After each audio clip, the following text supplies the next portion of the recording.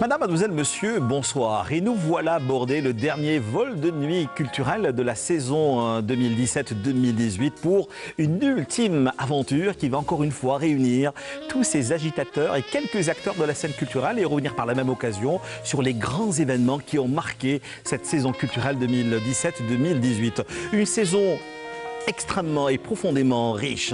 Nous vous l'avons prouvé encore une fois à travers l'invitation de tous ceux qui ont fait l'actualité, qu'elle soit littéraire, picturale, cinématographique, poétique, urbanistique et que sais-je encore. Alors donc justement, dernier vol de nuit qui vient vous retrouver en traversant des milliers de kilomètres chaque dimanche soir autour de 22h sur les ondes voyageuses de Canal Algérie donc. Alors pour ce dernier numéro de Culture Club, nous avons le plaisir d'avoir avec nous sur le plateau pour la première fois, c'est un peu son baptême de feu, Leïla Ma'allem pour son premier roman, Noces en barbarie, son roman édité aux éditions Dar El Gharb. Leïla Ma'allem, bonsoir. Bonjour. Merci d'accepter notre invitation. Alors vous avez été professeur de français, titulaire d'un doctorat des lettres modernes, vous êtes venu à l'écriture, vous avez abordé le monde des littératures sur le tard, le pourquoi du comment, surtout que vous nous invitez à revisiter, à replonger dans l'horreur, dans cette Algérie, plonger dans l'horreur, dans le sang, dans le doute, dans le questionnement, dans le déni de survie des années 90, à travers un titre assez contradictoire, sur lequel nous reviendrons un peu plus tard, je le rappelle, encore une fois, Noces en barbarie.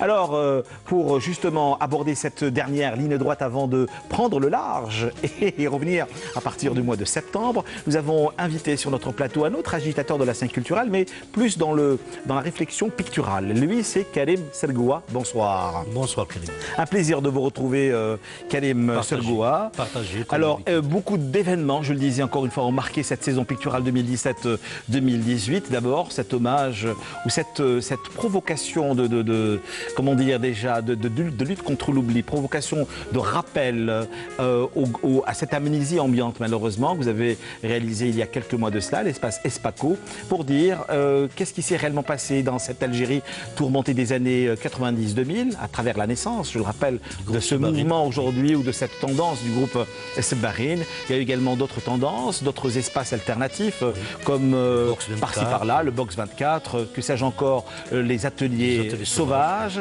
Et puis nous reviendrons par la même occasion parce que vous-même n'allez pas réellement prendre vos vacances parce que vous provoquez des workshops qui vont se poursuivre. Qui ont commencé ce matin. Qui ont commencé ce matin, justement, qui vont se poursuivre jusqu'au 12 du mois en cours, toujours à l'Espaco. Alors, donc, toutes les grandes expositions, les tendances, le nouveau souffle, les mouvements qui ont marqué, qui ont jalonné cette année, donc 2017-2018, nous en parlerons tout au long de l'émission. Merci d'être avec nous, Karim Selgoua. Alors, troisième invitée pour la rencontre de ce soir, elle est également plurielle, elle est écrivaine, elle est auteure, elle est poétesse. Nous avons eu du plaisir à la recevoir à plusieurs reprises, du moins à chaque fois qu'elle a été d'actualité. Elle, c'est Nadia Sabki, bonsoir. Bonsoir Karim. Merci d'être là, ma chère amie. Alors, les sanglots de Césarée, c'était vous. Un amour silencieux, c'est également vous. J'espère que vous ne serez pas silencieuse sur les grands événements qui ont marqué cette année. Sous le voile de mon âme, c'était également vous. Faut-il rappeler à nos téléspectateurs, vous êtes également la directrice de la revue Livresque, qui a énormément travaillé, qui a énormément donné pendant cette saison littéraire 2017-2018. Effectivement, oui. Voilà. Oui. Alors avec vous, on va revenir sur beaucoup de choses, des thématiques ou des événements comme le vivre ensemble, par exemple, les escales littéraires, les prix des escales littéraires qui ont disparu malheureusement l'année dernière et qui reviennent exactement à partir du mois d'octobre, si mes souvenirs sont bons, mais également Heure du livre qui est organisée à un vol d'oiseau d'ici, à l'OREF, donc de Riyad El Fetha. En partenariat avec Livresque. Exactement. Donc vous aurez certainement remarqué que la rencontre de ce soir pour ce dernier numéro de la saison est assez, enfin le nombre d'invités est assez réduit parce que nous la voulions tout simplement assez intime. Questions, réactions et suggestions sur, je le rappelle, notre adresse cultureclub@entv.dz. Leïla Ma'allem, bonsoir. Bonsoir. Voilà un roman que peut-être ceux qui nous regardent ce soir mettront dans leur bagage avant de partir en vacances. J'espère. Donc, Noces en Barbarie, votre roman, je le rappelle, aux éditions Dar El Gharb. Un roman, je vous le disais au sommaire de l'émission, qui nous renvoie vers cette Algérie tourmentée, une décennie noire et rouge, comme le dit Senia Leila Aslaoui. Une Algérie terrible, hein, nourrie par la violence pratiquement au quotidien. Oui. Pourquoi revenir sur cette thématique? Est-ce que, comment dire, la littérature ne s'est pas encore emparée de ce drame, de cette guerre fratricide, pour y revenir aujourd'hui avec juste une forme de distanciation? La littérature s'est d'abord préoccupée de la guerre d'Algérie, donc elle était entièrement axée sur cette période. Et moi, j'ai abordé donc la décennie noire parce que il est sûr que personne en Algérie n'est sorti indemne de cette période.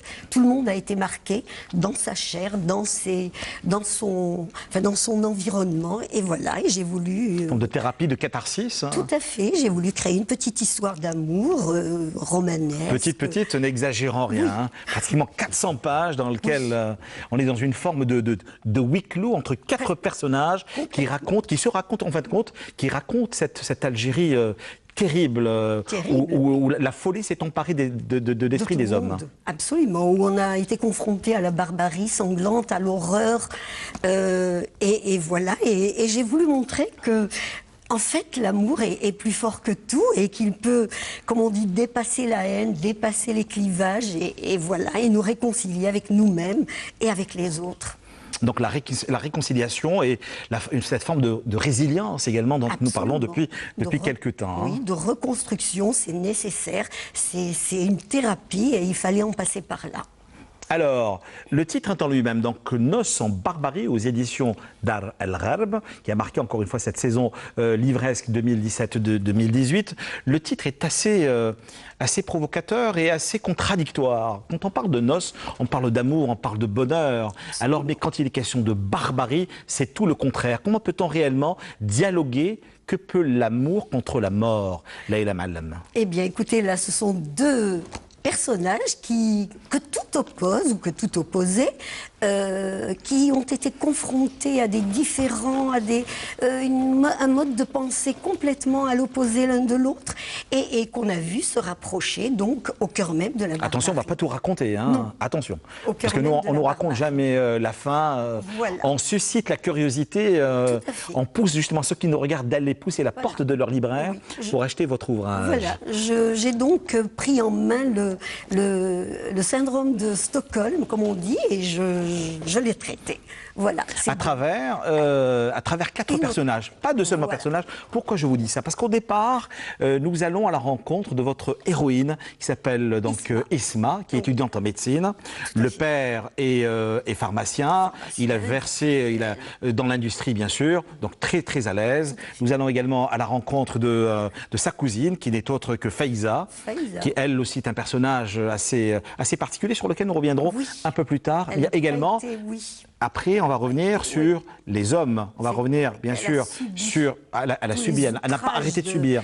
Jusqu'à souhaiter sa mort. Absolument. À un moment donné, elle a souhaité sa mort. Hein, parce qu'elle est devenue l'objet sexuel dans les maquis. Ben oui. Voilà. C'est ce qu'on appelle les tournantes. Tout à fait, exactement ça. Et puis, on va à la rencontre de Djali, le fiancé de Isma. Qui n'a pas eu un sort enviable, lui. C'est juste terrible ce qu'il a eu à subir. Hein. Mais il fallait s'y attendre. Tout à fait, exactement ça. Voilà. Et puis, on va revenir à 2 personnages qui ont habité de la première à la dernière page votre roman, que je vous conseille vivement. Noces, je le rappelle, en Barbarie aux éditions Dar El Gharb, c'est Ali El Ousted, c'est le chef terroriste. Absolument, l'émir. Exactement, c'est l'émir. Alors, toute l'histoire commence par ce faux barrage qui arrête ces 3 jeunes, donc Isma, Faiza et Jalil. Voilà. Ils sont enlevés. Et ils sont gardés en otage un temps. Voilà, chacun des 3 ayant eu une destinée différente dans les maquis. Voilà, qui raconte réellement cette Algérie tourmentée, hein, cette Algérie violentée, sanguinaire, terrible. Hein. Oui, c'est l'horreur. C'est vraiment l'homme dans la démesure et dans l'horreur. On voit ce dont est capable l'homme et ça nous donne froid. Voilà, ça donne froid dans le dos. Quand on voit de quoi il est capable. Oui, tout à fait, tout à fait. Mais à un moment donné, je me suis dit, pourquoi nous a-t-elle réellement... On est dans une forme de huis clos, c'est ce que je vous disais bien avant le début de l'enregistrement de ce dernier numéro de la saison, même si on est dans le maquis, mais il y a eu ce huis clos dans lequel vous avez entraîné vos deux personnages, Ousted Ali, mais également Isma. Comment peut-on réellement tomber amoureux d'un bourreau sanguinaire, Leïla Ma'alem, dans cette Algérie terriblement terrible? Vous parliez du syndrome de Stockholm, il y a seulement quelques secondes. Oui, ben écoutez... Alors que tous les opposés, hein. Ils étaient aux antipodes l'un de l'autre. Mais bon, comme ce sont quand même deux êtres issus de bonnes familles, eh bien, ils ont fini par se rapprocher, par se découvrir, par se révéler l'un à l'autre. Dans le conflit, hein, dans la confrontation. Dans la confrontation, c'est ça, ces deux personnages passionnés qui ont des idées, qui ont la conviction de leurs idées et qui ont fini, l'un découvrant les qualités de l'autre, par se rapprocher, par aimer l'autre. Voilà. Et là, vous me renvoyez, sans pour autant faire de la comparaison, cela dit en passant, vous me renvoyez vers un auteur que j'ai eu du plaisir à recevoir ici même à la fin des années 90, sur ce même plateau, ça pour vous dire, ça ne rajeunit guère l'animateur que je suis. C'est Yasmina Khadra qui a commis un ouvrage qui a pour titre, si mes souvenirs sont bons, À quoi rêvent les loups? Comment est-ce qu'un jeune homme, beau comme un dieu grec, est devenu un chef terroriste? C'est aussi la question que je me suis posée à la lecture de votre ouvrage, hein, L'os en barbarie. Comment est-ce que Oustez Jalel, beau, intelligent, issu d'une bonne famille, a sombré dans l'horreur? C'est à la suite, bien sûr, de l'injustice et de la spoliation dont ont été victimes ses parents, sa famille. Et donc, il a versé dans ce qu'on appelle l'intégrisme, croyant que ça allait apporter le bonheur à tout le monde, voilà, et la justice. Alors que ça a été tout. Erreur. Très, très grosse erreur. Son frère... Tout à fait. L'a payé de sa vie aussi. Exactement. Ça, on ne peut pas tout raconter. C'est un roman polyphonique. Hein. Oui. Oui. Il y a des drames tout au long du livre. Il y a des drames qui ont touché les protagonistes. Et voilà. Et on découvre deux êtres quand même intéressants qui tombent follement amoureux l'un de l'autre. L'un de l'autre. Hein. Alors, Isma, cette étudiante en médecine, donc... devient, j'allais pratiquement dire, la muse de ce chef terroriste, alors que sa cousine Faiza passe d'un... Elle est dans les grottes. C'est juste terrible ce qu'elle avait à subir. Je vous le disais à l'instant, jusqu'à souhaiter sa disparition, parce qu'elle a été à plusieurs reprises mariée de force, ce fameux mariage dont on parle dans les maquis, elle a été abusée. Le fiancé de Isma, Jalil, voilà. Tout à fait. Il le dit. Alors, vous écrivez à la page 21, je vous cite, Leïla Ma'alem, Jalil implore, suant d'une peur paroxystique. Il écrit serrant les dents pour ne pas les laisser claquer. Mon père est très riche, c'est un industriel et si vous me relâchez, je vous offrirai beaucoup d'argent, je vous promets, je vous donne son numéro de téléphone et vous avez l'adresse sur mes papiers. On vous aidera au maximum en vous fournissant en vivres et en matériel. Alors, il a plaidé pour sa vie. Tout à fait, il lui dit, si tu veux nous aider, le mieux c'est de rejoindre, c'est te joindre à aux soldats de Dieu, on te formera, on te donnera une Kalachnikov et tu participeras à nos opérations. Ainsi, si tu meurs au combat, tu seras un shahid et tu auras ta place au paradis, car nous luttons pour la bonne cause, la seule qui compte. C'était leur discours. C'était leur discours. Mais juste à un moment donné, là, vous nous donnez à écouter la voix de votre héroïne, qui disait, juste après lui, elle disait... Tu divagues, frère. Instaurer l'islam, tu es très en retard. Cela fait près de 15 siècles que nous sommes musulmans. Reprends donc justement Isma. Je le suis profondément et avec conviction. Ma foi est inébranlable, à l'instar de mes parents et de mes ancêtres. Nous pratiquons avec ferveur, même pendant la colonisation. La foi est quelque chose de personnel, une affaire entre Dieu et moi. Et toi, tu n'as rien à y faire. Chacun sera enterré dans sa propre tombe pour affronter le jugement dernier. Ah oui, là, elle prend la parole. Elle arrache la parole. Oui, elle libère la parole et elle les défie en fait, elle les provoque. Mais elle a raison. Ce sont des gens qui prétendent vouloir nous apprendre l'islam, nous islamiser. Mais nous le sommes depuis près de 15 siècles. Donc c'est pas nouveau. On n'attend pas que des barbares viennent nous dire comment faire la prière, comment être musulman. Donc, et tout le long, elle est comme ça. Elle s'oppose, elle se révolte. Mais elle n'arrête pas. Hein. Oui, elle est dans une forme de violence verbale. Hein. Oui. Et alors que la peur et l'angoisse est là. Elle a peur, mais elle ne veut pas laisser paraître cette peur. Et c'est pour ça qu'elle le défie. Et vous avez vu l'épisode aussi des cheveux? Ah non, ça c'est presque... C'est violent. Attendez, mais c'est aussi presque une preuve d'amour. Hein. Lorsqu'il lui demande de se voiler les cheveux, oui. Alors qu'est-ce qu'elle fait? Elle se rase le crâne. Ben oui, puisque c'est l'objet du délit. Tout à fait. Il veut que, eh bien, il n'y a plus de cheveux. Je n'ai plus de raison de... Elle se rase la tête. Je n'ai plus de raison de mettre un foulard. Voilà, lui impose le foulard et elle, non. Elle refuse ce dictat du pater familias. Comme à un moment donné, il lui a demandé d'enlever son jean pour mettre une robe ample. C'est une femme moderne. Voilà, plus moderne que jamais. Il y a cette confrontation permanente entre donc cet émir qui lui dicte les normes, qui lui rappelle les normes, et elle qui les rejette, qui les refuse et qui refuse de se plier. Mais ils étaient dans un débat permanent. Hein. Je crois que c'est c'est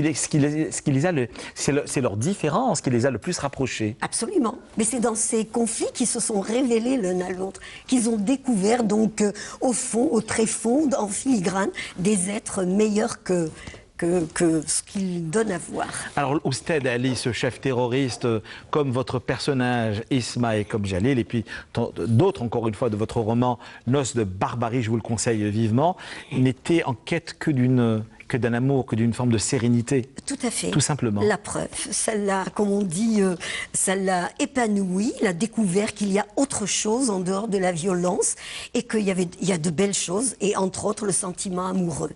Voilà. Et alors, à un moment donné, il lui dit, parce qu'il est toujours dans la confrontation, presque parfois même dans l'insulte. Hein.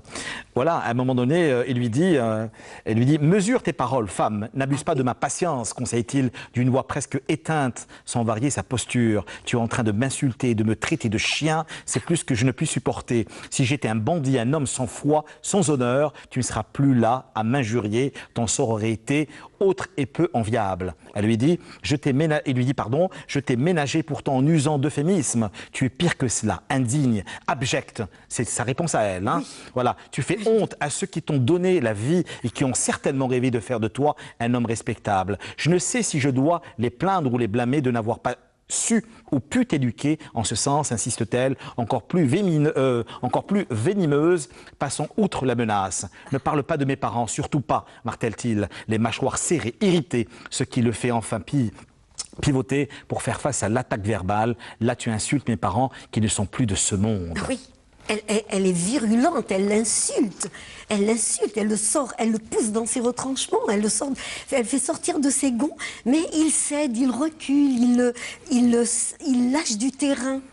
Et je pense qu'elle a le dessus, elle prend le dessus sur lui. Mais à un moment donné, elle se laisse aller, parce qu'elle lui montre un peu ses fêlures et ses blessures, ses doutes, ses questionnements et voire même ses peurs. Parce qu'à un moment donné, elle lui dit « Tout ce que tu m'offriras, fût-ce les trésors du roi Salomon, n'excusera pas ton forfait, ni te disculpera à mes yeux, c'est trop de mal. J'ai une famille, des frères, un fiancé qui sont sans doute morts d'inquiétude depuis ma disparition. J'ai des études à terminer, un travail à assurer, des malades à suivre. Est-ce que cela ne compte pas ?» s'écrie-t-elle avec une voix qui se veut moins hargneuse, mais traversée par une inflexion douloureuse. Oui. Ses yeux sont bu au bord des larmes qu'elle refoule non sans peine, tout en ravalant un énorme sanglot qui prend forme comme une vague roule, se gonfle, grossit en se nourrissant des remous de la mer avant de noyer la rive. C'est trop d'épreuves et d'émotions pour elle depuis que sa vie a basculé dans le cauchemar, depuis que sa vie a basculé dans l'horreur. Elle est séquestrée dans une maison avec un homme, un inconnu, qui pourtant la respecte. Ce à quoi on ne s'attendait pas, parce que c'est un fils de bonne famille. Il l'a respecté jusqu'au bout. Donc, contrairement aux barbares, à ces sbires qui sont dans les grottes, dans les maquis, et qui n'ont eu aucun égard, aucun respect pour la cousine. Voilà, donc c'est là qu'on voit quand même les fêlures, l'émotion de l'un et de l'autre et la compréhension. Qui ne s'avouent pas. Non. Qui ne s'avouent pas. Non, mais on Chez nous, on ne dit jamais je t'aime. Jamais, il y a la pudeur. Le maître mot, la pudeur. Oui.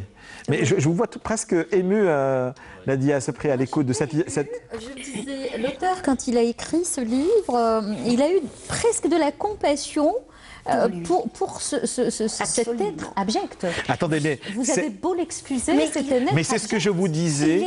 C'est ce que je vous disais bien avant le début de l'émission. Je vous dis, on excuserait presque Oustad Ali. Presque. Oui. Presque. Elle l'humanise, Voilà. alors qu'il est inhumain. Vous faites comme Hannah Arendt, quand elle, la banalité du mal, Oui. où elle comprend l'acte abject. Et là, vous faites la même chose. Mais il y a toujours une part de bonté dans Je ne l'être peux pas humain. écrire cela, moi. Il ne Moi, peut c'est- pas c'est- être moi, foncièrement mauvais ou je ne pourrais complètement pas. Moi, bon. c'est le bourreau, c'est le bourreau définitivement. Et j'admire un petit peu ce que vous faites. Oui, mais parce il y a- que moi, je suis et qu'est-ce que dans vous- les sanglots de Tout Césarée, à fait. par exemple. C'est pour ça que je vous ai posé... Les sanglots de Césarée, l'être abject, pour moi, c'est Et le définitivement repentir. de l'abjection. Il n'y a pas C'est à un monstre repentir. tout court. Je ne comprends pas. Mais oui. Non, il n'y a pas de repentir. Ça, c'est Non, il y en probablement a qui dans se l'au-delà Il y en a qu'il qui va se y avoir. rachètent. Il y en a qui se rachètent. Et lui s'est C'est- racheté déjà du fait qu'il respecte son otage. Il ne l'a pas sali, il ne l'a pas souillé, il ne l'a pas agressé. Et au contraire, vous verrez dans le livre, il l'a comblé.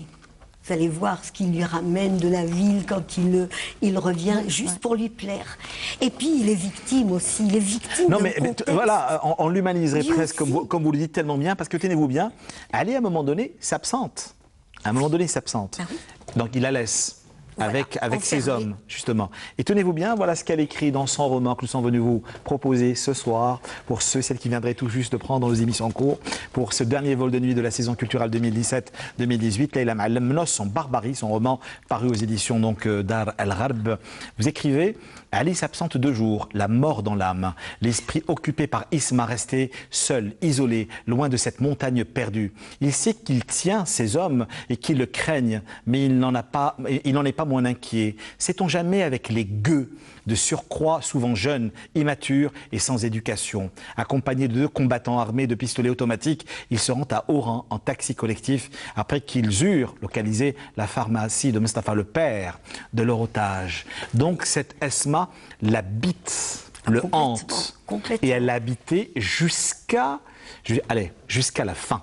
Oui, et il tient à la préserver quand même. Hein. C'est son otage, elle est sa monnaie d'échange, mais il ne lui veut pas de mal. Il veut qu'elle reste en vie, qu'elle ne soit pas agressée par ses sbires, par ses acolytes. Alors, vraiment, on se poserait la question, pour ceux qui n'auraient pas encore eu l'ouvrage entre les mains, est-ce qu'on ne serait pas réellement dans l'empire des sens Pourquoi pas? entre Esma et Oustad Ali? C'est une relation étrange. Moi, je l'ai presque qualifiée de contre-nature, Oui. improbable. Oui, ça ne devait pas être ainsi. C'est chose impossible. Complètement.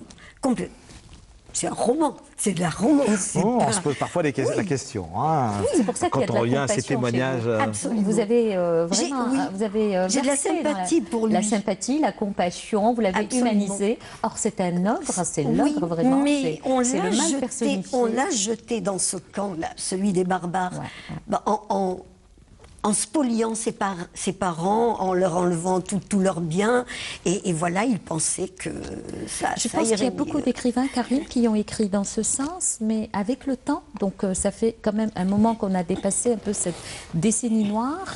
On arrive Mais elle nous à écrire- habite, hein, il y a- Elle nous habite, mais Oui, elle c'est- arrive c'est- à écrire avec du recul. Moi, quand je l'avais écrit pendant le Ah oui, terrorisme, donc c'était un peu après. c'était catégorique Ah oui, pour moi. c'est- Le il y a mal le était camp d'un du côté mal, oui. et le bien était de l'autre côté. Oui. Et le bourreau, je ne pouvais jamais lui donner, ne serait-ce qu'un iota Une d'humain. once. Une once D'humain. d'humanisme. Il n'y a pas d'humain Oui. chez lui. Il est mécanique, il est robot, il est le mal Incarné, sur Terre. Quoi. absolument, Mais absolument. pendant le mal, Oui. on a écrit cela. Oui. Mais peut-être vous, avec le recul, avec des années Oui, parce qu'on on a vu en arrière, après, on oui, peut, voilà, on ce peut qui les... s'est passé, oui. Vous avez travaillé sur des témoignages de victimes, sur... Non, juste les journaux, les informations, les nouvelles, l'actualité du moment. On voyait tout ce qui se passait. Pourquoi je vous parlais à l'instant de cet empire des sens? Vous nous poussez à nous poser réellement cette question à la page 359. La littérature, c'est ça, c'est pousser le lecteur à se poser des questions. Tout à fait. Alors vous écrivez, c'est comme s'ils avaient tous deux été emportés par un cataclysme trop puissant et ravageur pour qu'ils puissent lui résister. Deux êtres pantelants, éblouis par la fulgurance de leur passion, non pas insoupçonnés, mais combattus par la raison, niés par les principes moraux. Cette passion nourrie par la promiscuité de leur étroite cohabitation, par leur caractère entier, fougueux, exacerbé par les interdits et par les fantasmes entretenus par leurs fréquentes querelles, se développer à leur insu, tapis dans les méandres psychologiques de leur personnalité complexe, prête à exploser, une fascination mutuelle s'opérer insidieusement. Encore abasourdi, Ali sort des silences de son être, répète et insiste « Je souhaite que tu ne sois rien moins que mon épouse. Je sais que mes chances de vivre longtemps sont hypothétiques et quasi nulles. Oui. » Voilà une déclaration d'amour. Oui. Il ne pouvait plus se retenir à un moment donné. Absolument. Il est devenu fou d'amour pour elle parce qu'il a vu combien il avait des préjugés. Et justement, notre société est bâtie sur des préjugés, des fantasmes aussi. On est dans les fantasmes. Les interdits, voilà. Et il découvre une fille musulmane qui pratique, et ce n'est pas parce qu'elle porte un jean ou étudiante en médecine brillante, voilà, issue d'une famille que c'est une mécréante. Ouais. Oui, et donc, et cet amour s'est développé à leur insu. Eux-mêmes ont été étonnés de son éclosion. À un moment donné, vous parlez de séisme. Ah oui, complètement. Parler d'un séisme de 9 sur l'échelle de Richter ouverte. Hein. Donc vous avez vu l'épisode quand il sort au clair de lune et qu'il se verse de l'eau. Exactement. Eh ben c'est ça. Vous les avez secoués, mais d'une façon très, très violente. Même leur amour est violent. Absolument, oui. Ouais. Et pourtant, la cousine, à un moment donné, elle revient, elle la revoit. Et c'est lui qui la sauve. Oh, vous avez tout des pratiquement tout. Voilà, elle est clémente avec ce... Elle est clémente. Il est beau, il est sympathique. Non, mais, il a commis. Il l'a regretté, et puis il l'a payé dans sa chair. Il l'a payé. Voilà, donc on peut lui accorder la rédemption. Oh là là, elle est... C'est vraiment... Alors, on sent l'émotion dans le regard de... Non, il n'y a pas d'émotion chez elle. Il n'y a pas à négocier avec le mal, non. Moi, je négocie pas avec le mal. Il s'est racheté, il l'a payé dans sa chair. Dans sa conscience, il s'isole de l'humanité. Oui. Parce qu'à un moment donné, Faiza, sa cousine, à un moment donné, Faiza revient. On est presque à la fin. Hein. Oui. Faiza revient et elle ne revient pas comme ça. Tout à fait. Non, mais on rencontre Faiza et Isma. Hein. Elles se parlent. À un moment donné, Faiza lui dit, elle se retrouve et elle dit donc à sa cousine, elle lui dit « Ma peau vomit d'avoir été souillée par leurs mains sales. Mon ventre saigne d'avoir été profané. Mes yeux sont atteints de cécité d'avoir vu trop de choses affreuses. Je ne sais plus parler pour avoir été confronté à l'indicible. Je suis une moribonde et la mort est la bienvenue. Je ne mérite plus de vivre. Je n'en ai plus envie. J'ai déjà trop vécu et consommé ma vie. » Ah oui, elle a tout. On lui a tout fait, elle a tout vu et voilà. Ça y est, elle arrivait au bout de sa vie. Elle n'attendait plus rien de la vie. Alors, est-ce que c'est... Alors, Ousted Ali, le chef terroriste, va retrouver sa dulcinée, je le rappelle, Isma. Est-ce qu'ils vont réellement vivre leur amour, partir dans un monde meilleur? Ça, vous le saurez à la lecture de l'ouvrage, je le rappelle, encore une fois, de Leila Ma'alem. Une histoire d'amour, voilà. Plus de 400 pages où vous nous racontez... Mais qui se lisent facilement. Très facilement. C'est pour ça que nous voulions réellement vous proposer cette dernière escale culturelle. Beaucoup. Personnellement, mais je trouve par contre que la fin est assez... presque hollywoodienne. Inattendu. Non, je ne vais pas vous la raconter. Il l'a bien raconté, il l'a bien lu. Oui. J'étais séduite par ça. Karim, il a ce talent de bien lire et de bien raconter le livre des autres. Et alors qu'on a la mauvaise réputation de ne pas lire les livres. Hein. C'est ce qu'on dit. Mais alors, je veux dire, la fin est assez... dure. Elle est très dure, mais elle ressemble... C'est la vie. La vie est dure. C'est juste... La vie n'est pas rose, pas toujours. Oui. Il faut s'attendre à tout, à tous les coups. En tout cas, vous nous donnez tout cet amour pour nous basculer dans le tréfonds de l'enfer. Oui, de l'âme humaine, tout simplement. Il faut savoir la sonder et trouver ce qui est bien et bon en elle. Il n'y a pas que du mauvais. Oui, c'est merveilleux. Surtout quand on a affaire à des enfants de bonnes familles qui ont quand même un passé, une éducation... voilà, il en reste toujours quelque chose. Et Karim, dans la couverture, je vois une rose d'amour et une main de sang. Ouais. Et la noirceur de la vie ou la noirceur la couverture. Il l'a couverte de cadeaux à sa dulcinée et de roses. Mais un tapis tout à fait. de roses. Oui. Quel fantasme en tout cas. Alors, on a envie de vous lire.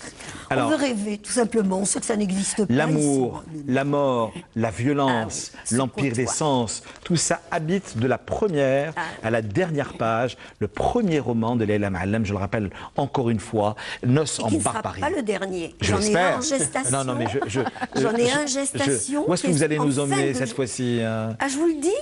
Allez-y. Je vous révèle un petit peu. Avec un grand plaisir. Alors, c'est un enfant qui a été enlevé, un nourrisson qui a été enlevé lors de bombardements, parce que là je vais le terminer, ça y est, du temps de la Révolution, par un officier de l'armée qui n'a pas d'enfant, qui était marié, qui n'a pas d'enfant. Donc il enlève ce petit, croyant des bras de sa mère qui était en sang, et il l'emmène en France, et il l'éduque, il l'élève, et voilà. Et plus tard, l'enfant découvre, c'est un garçon, beau comme un dieu, comme vous dites, qui découvre ses origines, parce que sa mère, à sa mort, lui révèle.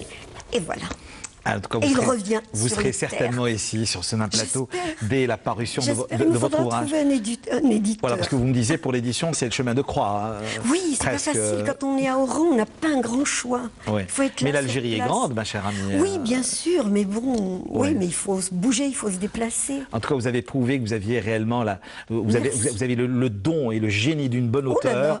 Et là, vous nous l'avez prouvé, c'est la raison pour laquelle nous voulions, par la même occasion, vous donner de la visibilité. Écoutez un autre discours. Oui. Alors, je voulais dire qu'il y a une vente dédicace le samedi 7 juillet à la librairie El Mahmoud, au Front de Mer, 30, boulevard du Front de Mer, à Oran. Eh bien, très bien, voilà. C'est dit. Allez-y. Questions, réactions et suggestions, je le rappelle encore une fois, sur notre adresse cultureclub@entv.dz. Karim Selgoua, bonsoir. Bonsoir. Alors, l'année a été longue, l'année a été, nourrie de rencontres humaines et artistiques. Elle a été intense, vous me disiez, pour la préparation de cette émission. On a eu beaucoup de choses qui se sont passées les années précédentes, mais celle-ci, en particulier 2017-2018, a été très riche justement en événements. Mais avant de rebondir sur l'actualité et ce qui va, entre autres, se passer pour le mois de juillet et le mois d'août, les années 90, pour le plasticien que vous êtes, vous avez énormément travaillé, énormément produit, que cela soit en Algérie, mais également hors de nos frontières. Vous, comme beaucoup d'autres plasticiens, ont porté la voix de l'Algérie, cette Algérie qu'on disait meurtrie à sang et à feu, et artistiquement parlant, vous teniez un autre discours, sans démagogie aucune. Non, sans démagogie aucune. On a essayé d'aller partout dans le monde et de dire qu'il y a une Algérie qui lors des biennales, lors des rencontres internationales. Lors des rencontres, des expositions, des expositions même individuelles, des voyages touristiques. C'est qu'on a passé la décennie, on a passé à voyager et à aller dire qu'il y a une Algérie qui bouge. Portée par la fondation Asla, à un moment donné. Avec Nissa Asla, la Rahma, qui était à la tête de la fondation jusqu'en 2000. Et on a essayé même au Festival de Cannes, en 98, on était là-bas et avec plein d'artistes et on a dit qu'il y avait une Algérie qui bouge et qui vit. Qui pensait, qui réfléchissait, voilà, qui produisait. Même après les massacres et tout. Donc voilà, nous on a eu cette occasion, disons en parenthèse, de travailler dans tous les lieux où il y a eu des massacres, justement, avec les enfants victimes du terrorisme, les familles victimes du terrorisme. Et on en a vécu, on a organisé même à l'école des rencontres comme ça sur les victimes du terrorisme. Et on en a entendu, c'est-à-dire des histoires comme ça, comme raconte Madame Ma'alem, des témoignages vivants. Il y en a eu, et je suis un peu de l'avis de Nadia. Moi, je suis contre contre plein de choses. Je ne peux pas oublier, ce qui s'est passé, et je ne sais pas comment, même avec du recul, trouver une forme de résilience, de pardon, oui, de reconstruction. Oui, le pardon va être très difficile. On va pardonner, mais ça va être très difficile. C'est au détriment de plein de choses. Moi, je connais plein d'amis de ce moment-là qui sont très malades actuellement, et je ne sais pas pourquoi. Ils ont presque tous les mêmes maladies. Et voilà, c'est des gens qui ont souffert mentalement, physiquement. Les traumatismes les traumatismes sont énormes. Et voilà, donc il faudrait qu'on y travaille sérieusement sur ce... Mais la littérature a dû justement approcher ces traumatismes de cette guerre de libération nationale dont parlait... Non, mais attendez, justement, la littérature l'a approché, la littérature a, a restitué ces douleurs terribles. Hein. Oui. Mais en matière de l'art pictural, la peinture, a-t-elle réellement, je ne dirais pas résolu, non, pas du tout, pas le moindre du monde, mais a-t-elle réellement restitué cette part douloureuse de notre histoire récente? Si, il y a une partie des plasticiens ou des peintres qui travaillent sur ça, qui n'ont jamais arrêté de travailler sur ça. Les expressionnistes, un peu, je ne vais pas citer de nom, mais il y en a plein qui travaillent toujours sur cette période-là qui nous a marqué. Il ne faut pas oublier que même à l'école des Beaux-Arts, on a été touché directement par l'assassinat du directeur au sein même de l'école. Donc la plaque de l'école porte le nom du directeur qui s'est mentionné, qu'il a été assassiné le 5 mars 1994 avec son fils. Donc on est inscrit dans ça, on est inscrit dans ce combat-là contre l'oubli, et notre façon à nous est picturale, mais on contribue énormément justement avec des poètes ou avec des hommes de lettres, en leur proposant des couvertures, en leur proposant des illustrations, en leur proposant des images. Moi, tout à l'heure, je t'entendais parler, moi je voyais des images. Hein. Le texte, c'est vrai que je l'écoutais avec beaucoup de trucs, mais je voyais plein d'images aussi que j'ai vues, réelles, quoi. Donc je voyais plein de choses, et ça m'a un peu emporté, un peu ému. Mais je veux rester aussi un peu stoïque, un peu. Mais c'est ce qui a peut-être provoqué cette rencontre pendant cette année 2017-2018 qui s'est tenue il y a quelques mois à l'espace Espaco. Je rappelle encore une fois, vous vouliez à tout jamais restituer, comment dire, certaines vérités concernant la naissance et le passage, la création du groupe, j'allais dire Hachem, désolé, mais parce que vous êtes aussi habité par le signe. Hein. Oui. Voilà. Et donc le groupe Sébarine qui a marqué à tout jamais l'histoire de la peinture des années 90 et des années 2000. Oui. Pourquoi cette, comment dire, parce qu'il fallait à un certain moment s'asseoir et raconter des choses. J'étais fatigué moi-même et mes amis d'entendre des dires incroyables sur le groupe, sur les artistes qui forment le groupe et tout. Et il fallait à un certain moment s'arrêter, organiser une rencontre, et on n'a pas tout dit. Attendez, mais rendre hommage, faut-il le dire, parce que ceux qui nous regardent n'ont peut-être pas approché, n'ont pas connu votre groupe. Oui, bien sûr. Je le rappelle, Karim Selgoua, Jawdet Gessouma, Khira Slimani, Amar Boras, Nordin Farouchi, Zobir Hellel et surtout Nordin Farouchi, qui évolue aujourd'hui, à qui nous souhaitons un prompt établissement, qui est très malade. Tout à fait. Et on espère qu'il va mieux, quoi. Voilà. Donc il fallait nous arrêter, je vous cache pas, les gens avaient peur, ils ont dit ouais, peut-être qu'il va pas avoir du monde. Il y a eu un monde, je crois que vous étiez venus. J'en témoigne. Ouais, la rencontre était très très très conviviale, mais très sérieuse, et avec il y avait beaucoup d'émotions aussi. Beaucoup d'émotions, énormément d'émotions. Ouais, parce que beaucoup de gens ont disparu. Oui, beaucoup de gens ont disparu. On parlait d'un moment où les gens travaillaient sans aucun moyen, où ils étaient là, ils n'avaient que la peinture et le graphisme à leur. Et on parlait aussi d'un passage, 90-2000, donc c'était un peu important. Transitoire, une période transitoire. Et charnière aussi. Charnière, oui, très importante. Le groupe existe toujours individuellement, tout le monde continue à travailler à sa façon. Le côté militant du groupe existe toujours. On espère peut-être revenir. La lutte contre le joli, entre parenthèses. Ah oui, contre la culture du beau et le joli et la culture dans votre manifeste unique. Que vous avez, Oui, c'est dans le manifeste. C'est clair qu'on dénonce la culture unique, la culture du beau. Ouais. Ils ont tout détenu. Voilà. Donc, juste avec un peu de distance, parce qu'on parlait avec Laila Ma'alem d'avoir pris presque 15 ans, 16 ans pour raconter cette histoire algérienne tourmentée des années 90. Vous, en ce qui concerne, vous parliez de vous étiez l'entre-deux, cette agonie continue et cet espoir qui se dessinait au début des années 2000. Qu'est-ce que vous avez réellement retenu de cette expérience et cette formation de groupe, je le rappelle encore une fois, Sébarine? Oh, énormément. Tu me connais très bien, Karim. Moi, j'aime travailler en groupe, j'aime le partage, j'aime le collectif. Le collectif, j'aime cette façon de travailler parce que on devient une force, mais ce n'est pas dans le sens force. Oui, on est là en groupe, on va être fort, musclé. Non, c'est dans le sens où il y a beaucoup de partage, où on se corrige mutuellement, mais on avance bien. Mais tous venus d'horizons divers. Bien sûr, vous avez une vision sont presque diamétralement opposés l'un de l'autre. Hein. Oui, c'est ce qui a, je pense, fait votre plastique. force. Oui, le côté plastique, oui, bien sûr. On vient de l'École supérieure des Beaux-Arts d'Alger. Qui vous a réuni à un moment donné, mais oui, dans la même école. Mais le parcours est différent. L'approche, les techniques de travail étaient différentes. On était aussi tous membres de la Fondation Asla. Tout à fait. On était tous membres du bureau de la Fondation Asla avec Anissa Asla. Donc c'est aussi ça les non-dits encore qu'on n'a pas encore expliqué. Et pourquoi la naissance du groupe juste après la mort d'Anissa Asla? Pourquoi notre retrait de la Fondation Asla? Tout ça, bon, fait que... Et on a créé une association. Jusqu'à présent, j'attends l'agrément, bien sûr. Anissa Culture Action, entre guillemets, mémoire. Donc on m'a suggéré d'enlever les guillemets, d'enlever mémoire, et j'aurai l'agrément. Donc ça, c'est des grandes questions. Moi, je veux pas.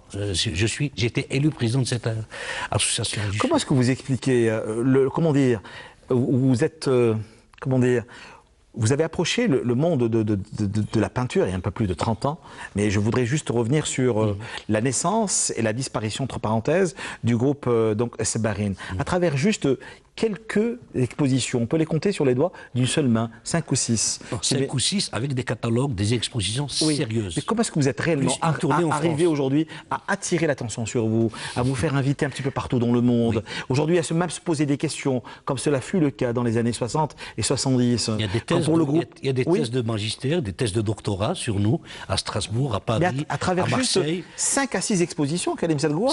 Expliquez-moi. Exactement 7 expositions en Algérie et 4 en France pendant d'ailleurs, les dernières en France, c'était pendant l'année d'Algérie en France. Pourquoi? Parce qu'il y a du sérieux, il y a du texte, on a laissé des traces, il y a des catalogues, il y a une réflexion, il y a des concepts. On est tous diplômés d'une école supérieure et quelques-uns diplômés de grandes écoles françaises, telles que Nordine et Zoubir.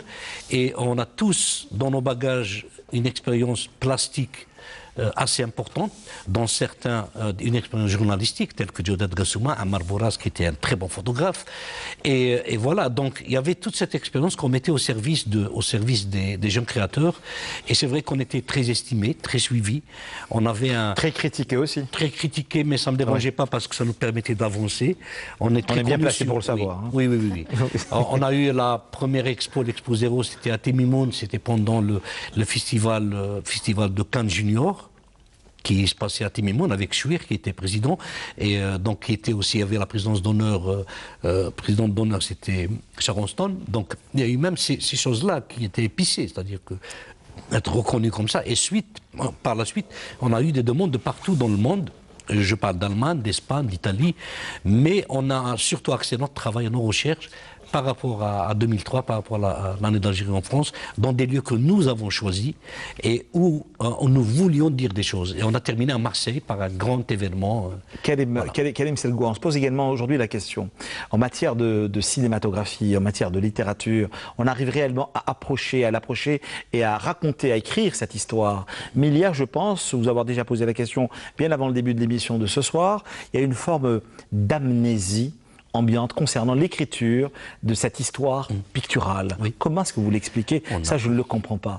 La disparition par la même occasion ou la non-existence, même si c'est très dur, de maisons d'édition entièrement consacrées aux beaux livres comme aux livres d'art. Cette histoire picturale algérienne de l'indépendance, ou du moins bien avant l'indépendance à aujourd'hui, qu'attend-on réellement aujourd'hui pour la restituer et l'écrire, même si les critiques d'art, entre parenthèses, on peut malheureusement les compter sur les doigts d'une seule main. Même la presse spécialisée, les gens pour eux c'est quelque chose de juste comme ça, une peinture c'est fait pour décorer, on est réellement dans ça aujourd'hui en 2018, on est réellement dans ça. Il y a un petit retour quand même. Il y a eu des comme Mauguin, il y a eu comme Berzakh aussi, on fait des choses sur. Il y a eu un très beau travail sur Ammar Bourras et le conte, c'est ça. J'ai oublié l'autre nom de le conte, le beau livre qui parle des anges, quelque chose comme ça. Et Ammar Bourras a fait toute l'illustration et tout, c'était superbe dans une expo à France Fanon, Riyad Fateh. Il y a eu des travaux le livre de Denis Martinez avec Nono Saadi aussi, qui raconte des choses à l'intérieur, qui non seulement la vie de Martinez, mais il raconte aussi un peu le côté un peu d'histoire.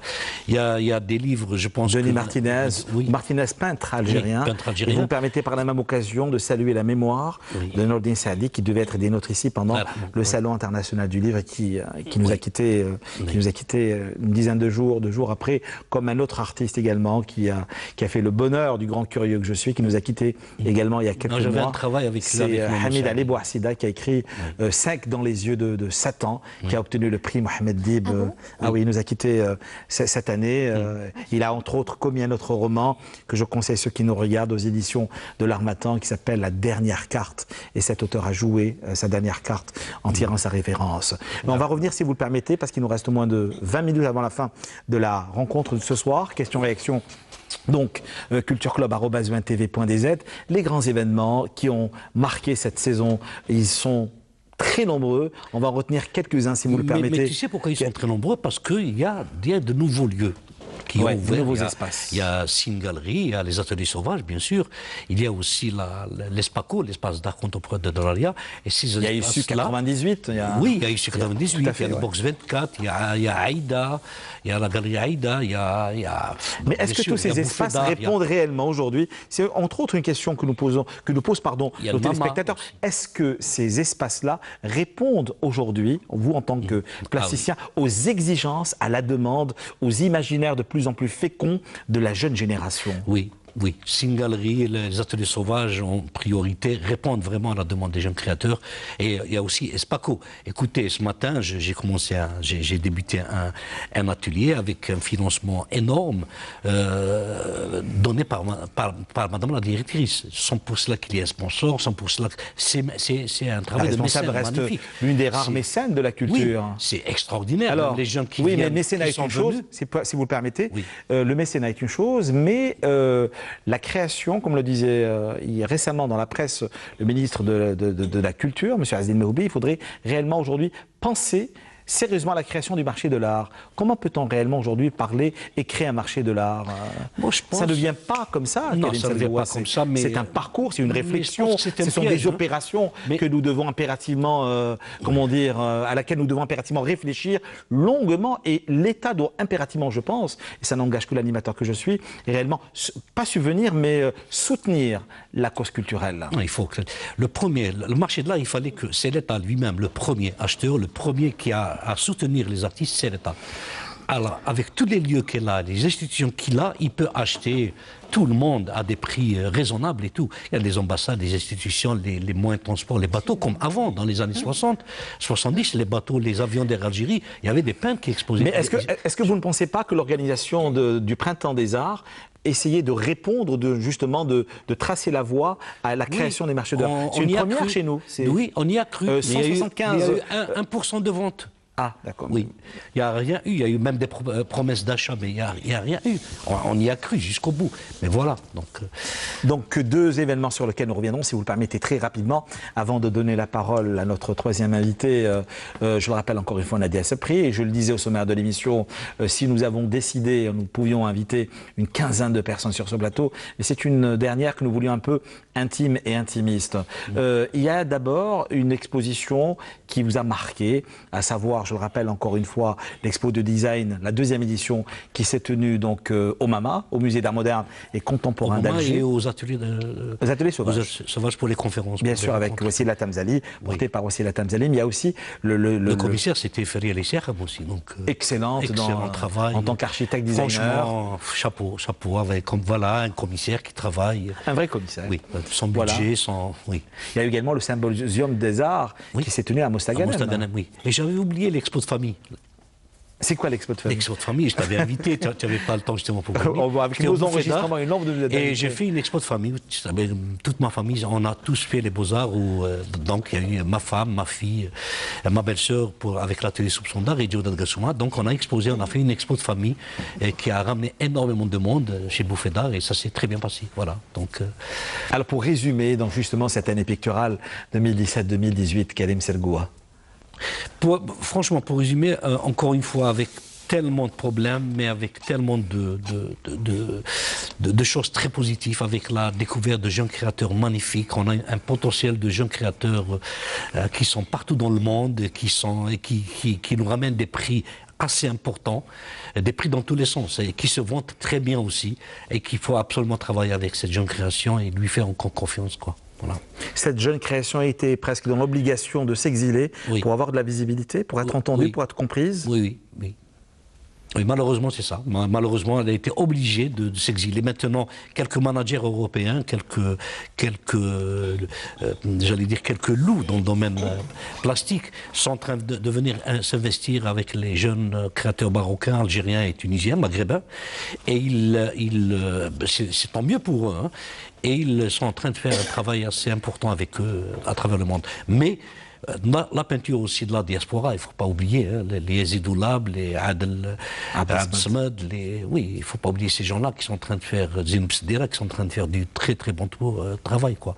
Mais qui reviennent souvent également. Qui reviennent souvent, oui. Pour exposer et donner à voir leurs univers. Mustafa Sedjal aussi, oui. Exactement. Voilà. Donc je vous le disais, dernière escale culturelle de cette saison 2017-2018. Question-réaction cultureclub@vtv.dz. Rebonsoir Nadia Sepri, je le rappelle, auteure, écrivaine, poète, directrice de livresque. C'est une année qui a été également très, comment dire, marquée par la découverte de jeunes auteurs, la création parfois même de nouvelles maisons d'édition.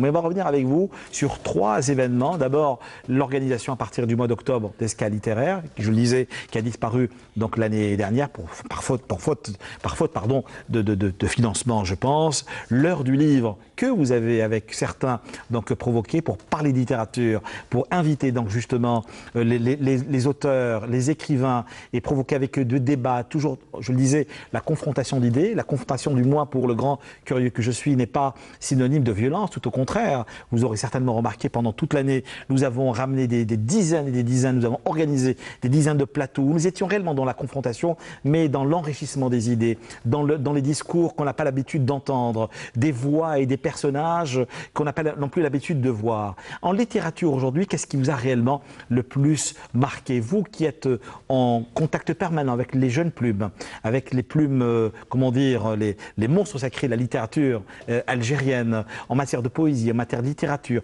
On est réellement aujourd'hui dans quoi, Nadia Sepri, même si mes questions sont plurielles. Il y a plusieurs questions en même temps. Plusieurs questions et des réponses dans les questions. Karim, en fait, moi je veux revenir un petit peu sur ce qu'il a dit, Karim Sergoua, parce qu'il a parlé d'un brassage de l'art, de cette visibilité qui commence à se faire à l'étranger, et puis tous ces lieux qu'il a évoqués. En littérature, ça se passe de la même façon quand il y a les bonnes volontés. Quand la volonté, elle est là pour un petit peu donner la visibilité à des auteurs, des jeunes plumes, la littérature classique, la littérature contemporaine, de femmes engagées, pas engagées, presque politique, en fait. Mais est-ce que l'engagement aujourd'hui a un sens en 2018? Non, c'est pas ça la question, Karim. Il y a des livres qui font bouger un peu la scène culturelle algérienne.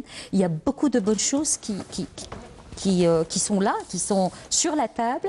Maintenant, qu'allons-nous faire de cela? Est-ce qu'il y a la relève? Est-ce qu'on est dans la bonne direction? Ou alors on est dans quelque chose, des agitateurs dans tous les sens, et puis on n'en gardera rien. Moi, ce que je peux dire pour la littérature, il y a la relève.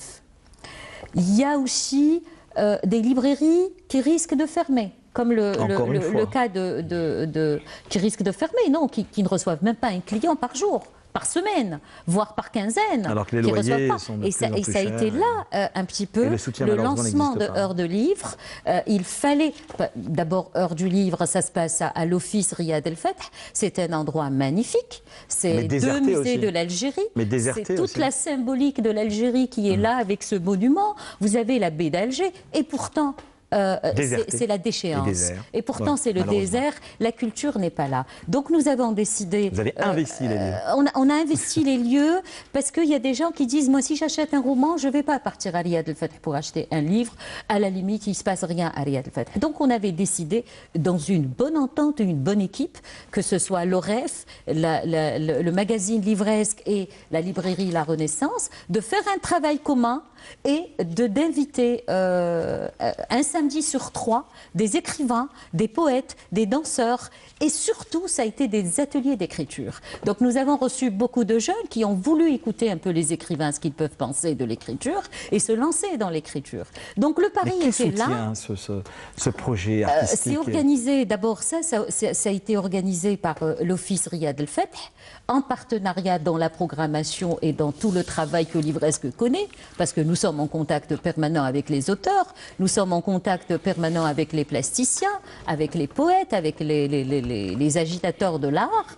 Et donc, nous avons voulu donner à cet espace presque, entre guillemets, à l'agonie, nous avons voulu lui donner une âme, convier les personnes. Vous avez un magnifique cercle France Fanon, et pourtant, il est vide. Donc, nous avons voulu faire un samedi sur 3. Ça a été pour ce qui était Heures de Livre. Maintenant, si j'ai envie Après presque 3 mois d'organisation, oui, un petit bilan à faire. 14 avril, hein, je pense. Le 14 avril, donc 2 jours avant la journée du savoir, ouais. puisque cette journée a été dédiée à Siad Djebar, et à l'occasion de la bibliothèque de Tipaza qui était baptisée Assia Djebar. Donc nous avons voulu un peu évoquer Assia Djebar parce que Assia Djebar aussi c'est aussi un legs littéraire algérien. Sur laquelle vous avez souvent travaillé. Je prépare même un essai autour d'Assia Djebar parce que j'ai fait des conférences même sur le plan international. Un peu même un numéro spécial livresque consacré à Assia Djebar. Donc voilà, le magazine livresque aussi a donné 2 unes à Assia Djebar, 2 dossiers à Assia Djebar. Et moi, j'ai fait un travail, puisque je l'ai évoqué en Autriche, en Allemagne, un peu partout en France. Et là, j'ai dit, il est temps un petit peu de récolter tous ces travaux et de faire un ouvrage. Et de les restituer. Donc, il va sortir aussi l'an prochain. Ça, c'est donc pour, je le rappelle, plutôt l'heure du livre. L'heure du livre. D'un côté, donc, après le magazine livresque, il y a un point que vous vouliez évoquer, vous me le disiez. Je voulais évoquer, Karim, le travail de livresque, version papier, mais version forum littéraire. Ce forum littéraire était en partenariat avec des Espagnols, avec des Anglais, avec des Allemands, avec des langues étrangères. Qui était très sensible à la question littéraire en Algérie. Puisque en 2015, nous allons organiser le fameux FIRA, le Forum international du roman Algérie, où nous avions convié donc les hispanophones, les germanophones, les anglophones, pour que notre littérature, une bonne fois pour toutes, soit visible vers l'exportation et vers la traduction. Donc voilà, Livresque n'est pas qu'un simple magazine à lire, c'est un travail aussi sur les manquements de la littérature en Algérie. Et puisque Livresque était invité aussi en 2015 pour un symposium en Autriche, l'équipe du magazine et puis l'ambassade d'Autriche, nous avons décidé aussi d'organiser fin 2017 un dialogue des cultures. Dialogue des cultures, on a convié la musique, les arts plastiques, la littérature, les enfants, parce qu'aujourd'hui, Livresque travaille énormément sur la traduction des langues les plus parlées dans le monde. C'est pas la traduction amazigh, arabe, français, ça, je pense qu'on a dépassé ça. On laisse les spécialistes travailler sur cela. Même s'il y a un grand travail à faire aujourd'hui. Il y a un grand travail. Ce sont des thématiques que nous avons également très souvent provoquées ici. Hein, mais vraiment, il faut sur faire le travail absolument des 3 langues, d'une langue à une autre. Arabe, français, amazigh. De ce qui est maîtrisé en Algérie. Livresque, en tout cas, essaye de travailler sur la langue espagnole, la langue allemande et la langue anglaise pour que nos livres soient, parce que c'est la demande. A été traduit en allemand, je pense. Voilà, mon livre, la danse du jasmin, a été traduit en allemand. Mais c'est pas pour mon livre, c'est pour la littérature algérienne, pour donner. Mais est-ce que ça va suivre? Hélas, non. Vous parliez à l'instant de dialogue de culture, donc justement, et de vivre ensemble. À travers la montée de l'extrême droite aujourd'hui, les frontières qui se referment, la violence qui secoue le monde un petit peu partout, même si l'Occident a essayé de nous imposer cette vision des printemps arabes, alors qu'on est réellement dans le chaos, comme le disait si bien Rachid Boujedra, que nous avons reçu ici même pendant l'année 2016-2017. Qu'est-ce qu'il évoque pour vous, le vivre ensemble, aujourd'hui en Algérie, Nadia Sapri? D'abord, c'est une très très bonne initiative que l'Algérie prêche ça. Et entre guillemets, j'emploie le mot prêche parce que nous sommes des bons prêcheurs. Donc l'Algérie prêche le vivre ensemble en paix. Vraiment, non seulement je l'appuie, mais j'ai envie d'abord que que ce travail se fasse à notre niveau. Au niveau des sociétés algériennes, au niveau des cultures algériennes, parce qu'il y a un travail énorme à faire dans la société, dans la culture. Je disais tout à l'heure au commencement de mon intervention, il ne suffit pas de voir tous ces agitateurs pour dire que l'Algérie se porte bien. Nous sommes plus que jamais vigilants pour que notre culture plurielle algérienne, dans les arts, dans la littérature, dans la poésie, puisse enfin émerger. Parce qu'il n'y a que la littérature, il n'y a que les arts plastiques, il n'y a que les musées qui peuvent donner à cette Algérie le souffle pour que nous n'ayons plus ces gens qui partent à l'étranger et être des grands là-bas sans qu'ils soient reconnus surtout ici. par la même occasion, si vous me permettez, pour revenir à l'ouvrage de Leila Ma'allem, quand elle nous parle de cette Algérie tourmentée des années 90, que parfois le ventre de la bête est encore fécond. Ça, il ne faut pas, vous parliez à l'instant de vigilance. Absolument. Donc justement, ça, il ne faut pas Quand on voit la société encore hein. parler des choses artificielles, parce que j'ai eu l'occasion aussi de faire une interview avec Chir Bentounès, qui lui, c'est grâce à lui, il y a eu ce vivre ensemble qui a été voté par l'ONU et tous les pays du monde l'ont voté, même les États-Unis et la Corée du Nord qui étaient en bisbille à cette époque, ils l'ont signé le 8 décembre 2016 et l'Algérie aujourd'hui, elle le fête chaque 16 mai. Et cette fois-ci, il y a eu beaucoup d'actions. Mais moi, je ne veux pas que ça reste dans la théorie. Je veux que ça reste dans les sociétés, dans nos quartiers, dans nos bibliothèques et dans les quartiers les plus délabrés. Il faut qu'il y ait de la culture. Il faut qu'il y ait de ces peintres-là, la chanson, la musique. Mais c'est ce que nous faisons chaque semaine, ma chère amie. C'est pas suffisant. Ici même. C'est ce que fait l'Ivresse. Exactement. Donc nous dialoguons ensemble. Un ouvrage ou deux ouvrages à proposer à nos téléspectateurs, un autre ouvrage peut-être à mettre dans ses bagages. Juste, Karim, très rapidement. Avant l'ouvrage, j'aimerais bien dire que hors du livre, donc ça a démarré le 14 mai, on termine le 5 juillet et le 5 juillet, on aura le plaisir de recevoir Amin Zawi avec Kamel Bouchama. Ouais. Nous avons reçu hier Hamid Green et Mohamed Sari. Nous avons reçu dans les précédents événements, donc on a eu du Hamsadji, on a eu des chanteurs, des musiciens, Johar Ramhiz, Leila Hamouten. En fait, il y a eu un brassage culturel, mais je vous assure que c'est pas suffisant. Vraiment, il faut multiplier encore et toujours il faut que ça soit toutes ces actions sur l'ensemble du territoire national. Il faut que ça soit appuyé par la tutelle. La tutelle, il faut qu'elle écoute définitivement les gens qui tirent la sonnette d'alarme. Il suffit pas de faire comme ça. Producteurs tout à l'heure, de sens. Tout à l'heure, j'écoutais Karim Sergoua, j'ai dit mon Dieu, si après Karim Sergoua, il va pas y avoir la relève, ça veut dire quoi? Tout ce qu'on a fait, ça va partir comme ça. Et c'est pareil pour ce travail de livresque avec l'équipe, avec cette coopération, que ce soit avec l'Autriche ou l'Allemagne ou les Anglais ou les Espagnols. S'il n'y a pas cette relève, si la tutelle ne va pas écouter définitivement par des oreilles bien ouvertes, écoutez, on va faire du bruit après, on disparaît. Un ouvrage ou deux, très rapidement. Pauvres cheveux. Oui, Pauvres cheveux. Linda Schwitten, elle a été très très fofolle dans la satire. Non, elle était dans une nouvelle approche qu'on a l'habitude de lire. Moi, je l'aime beaucoup. Elle sera certainement des nôtres à partir de la rentrée. Dans son talent et son humilité, vraiment. Linda Schwitten je crois qu'elle est anglophone. Voilà, elle enseigne la littérature en langue anglaise et puis elle a osé. Et vous me disiez, elle se raconte à travers des cheveux. Les personnages capillaires. Un cheveu qui tombe dans la soupe et voilà. Là.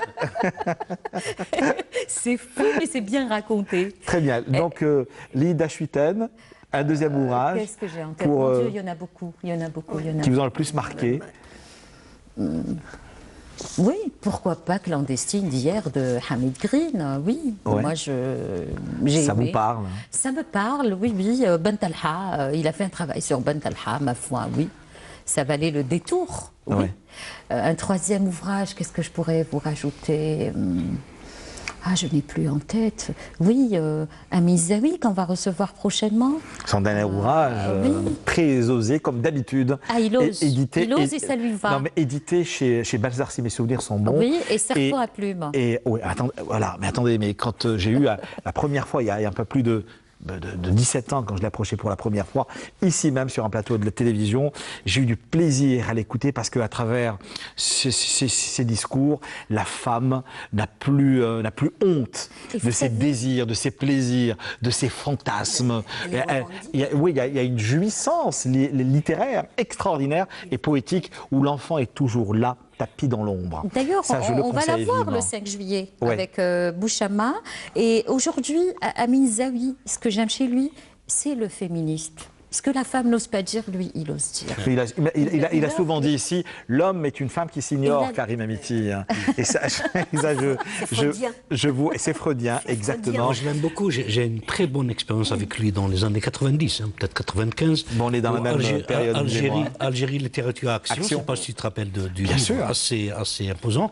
On l'a eu tout à nous deux. Donc lui avec beaucoup de textes et moi avec beaucoup d'images. Il a beaucoup aidé la littérature. Moi, je crois que c'est lui qui m'a donné une petite assurance à l'époque où, quand j'étais... Non, il a libéré la femme. Ah oui, oui. Mais franchement, dans le texte, tu as écrit un livre, libéré la femme. Tu te débrouilles pour nous parler. Moi, j'étais morte. Et le lieu, la Bibliothèque nationale, quand il était sur place, on a organisé énormément de choses. Je parle des plasticiens déjà, des rencontres, des expos. Des cafés littéraires. Et on a Koubania aussi, puisqu'on a évoqué...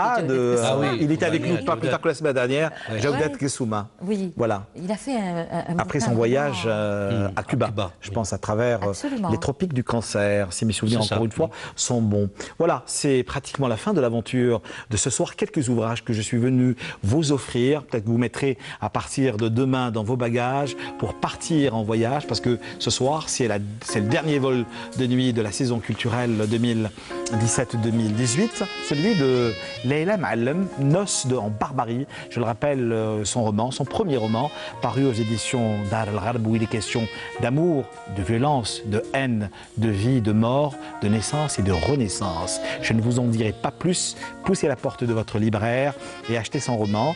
Leila Ma'allem, le voici. Donc, c'est un coup de cœur que j'ai eu, avec lequel je voulais finir cette saison avec vous, culturelle 2017-2018. Des livres, toujours et encore, une autre auteure que nous aurons certainement le plaisir d'avoir ici même à la rentrée. Elle s'appelle Samira Merbah.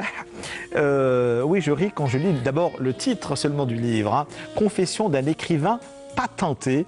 C'est aux éditions Casbah. Je vous lis juste un petit passage, peut-être que cela vous donnera envie d'aller l'acheter. Elle écrit « Je m'étonne moi-même. Je parviens à me délecter en lisant mes textes. C'est inouï. Serait-ce un sursaut d'égocentrisme qui rejaillit? Grand point d'interrogation. Aucune idée. Je comprends simplement que les écrivains qui ne parviennent pas à décrocher de la correction de leurs manuscrits ont un regrettable défaut. Ils ne sont pas suffisamment égocentriques et n'ont pas assez de confiance en eux-mêmes. » Voilà, donc, confession d'un écrivain patenté de Samira Merbah.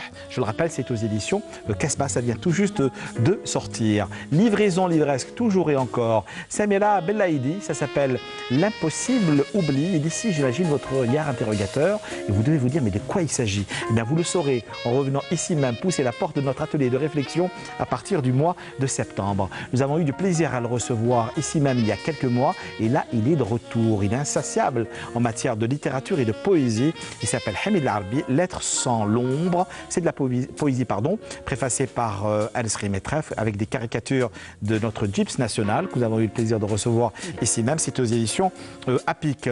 APIC qui vous offre un peu de poésie dans ce monde de brut à travers Issam Khlouf. Ça s'appelle La solitude de l'or. Ça, je vous le conseille vivement. C'est aux éditions APIC.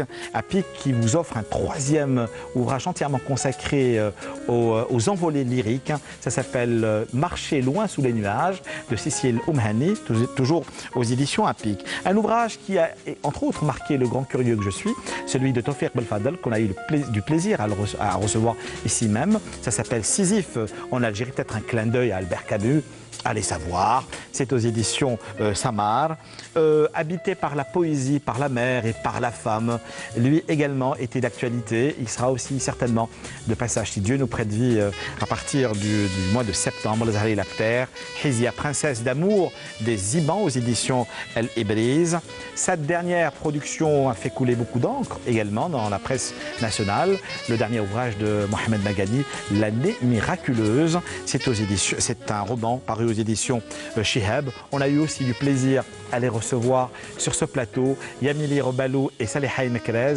Ça s'appelle Paroles intérieures. Elle me disait, c'est aux éditions ANEP, elle me disait ici même, passer, discuter avec vous, c'est une véritable thérapie et on approche l'écriture d'une autre façon.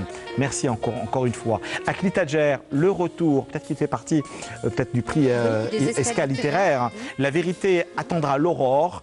C'est aux éditions Casbah, c'est sa dernière production. J'imagine que c'est un ouvrage dont, du moins le titre, va émouvoir notre troisième invité qui n'est autre que, je vous le rappelle encore une fois, notre amie Nadia Sepri. Un jour, ma mère reviendra.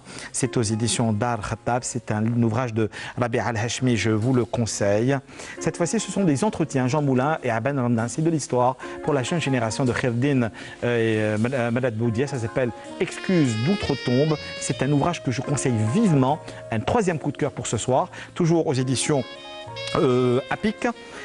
Allez, l'avant-dernier pour La Route. Elle était de passage ici même sur ce plateau il y a quelques mois pour parler de violence et de guerre, tout ce qui se passe dans le monde arabe, en Libye et en Syrie. C'est Françoise Dalcy. Ça s'appelle « Il allait chanter pour moi ». Ce sont des nouvelles aux éditions d'Alimen. Et je vous assure que la couverture elle-même raconte, c'est la fragilité d'un oiseau qui se pose sur un fusil. Voilà, ça je vous le conseille vivement.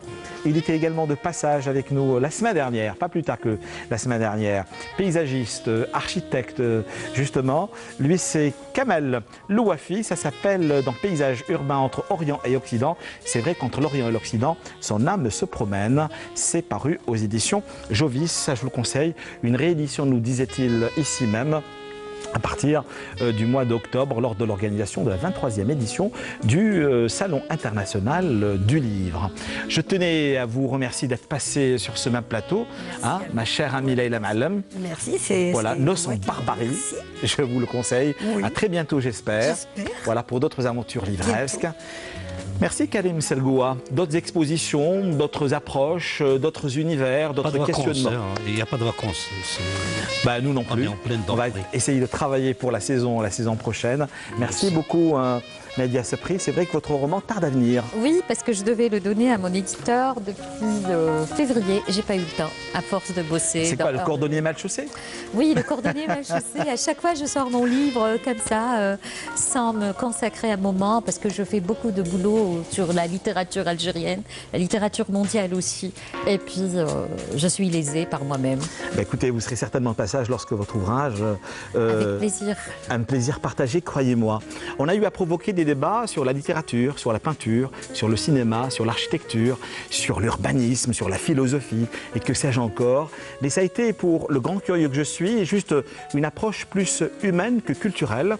Je m'en défends à chaque fois en disant je ne suis ni spécialiste, ni critique, ni analyste, mais juste un provocateur d'idées, une courroie de transmission entre ce qui se fait, les spécialistes. Ce sont bien sûr ces agitateurs qui viennent vous inviter à aller les retrouver chaque dimanche soir ici même. Je vous tenais à vous remercier. Vous d'abord qui nous regardez, vous qui avez porté un regard très critique, mais avec une critique très constructive sur notre adresse cultureclub@untv.dz. Et par la même occasion, remercier ma petite équipe. Une équipe de par son nombre, petite de par son nombre, mais grande de par sa générosité d'âme, parce que je vous parlais d'aventure humaine, vous me permettez de remercier ma collaboratrice, donc Zakia Siamer, Amine Abou Khalfa, qui est bien sûr notre script, mais également Fatiha Fares, notre responsable, qui a très souvent fait tout ce qui était en son pouvoir pour pouvoir organiser les plateaux que vous êtes venus découvrir. Et puis par la même occasion, remercier deux hommes. Mon alter ego, c'est le réalisateur Mohamed Boulis qui, pendant de longues années, donc justement, collabore avec le grand curieux que je suis, et Saïd qui est bien sûr notre régisseur. Que pourrais-je vous souhaiter? Bon voyage, on prend le large pour mieux revenir. Et l'équipe technique, bien sûr, du Studio 1 qui fait un travail extraordinaire grâce à laquelle vous, vous savourez tous ces débats que nous provoquons depuis de longues années, tous les dimanches soirs autour de 22 h. Je vous souhaite une bonne et douce nuit sur Canal Algérie. Nous prenons le large, je vous le disais encore une fois, pour mieux rebondir la saison prochaine, tous les dimanches bien sûr, entre 22 h et 23 h. Que la nuit vienne reposer et apaiser nos esprits. Bonnes vacances et à la semaine prochaine. Merci mesdames, merci messieurs, merci à vous.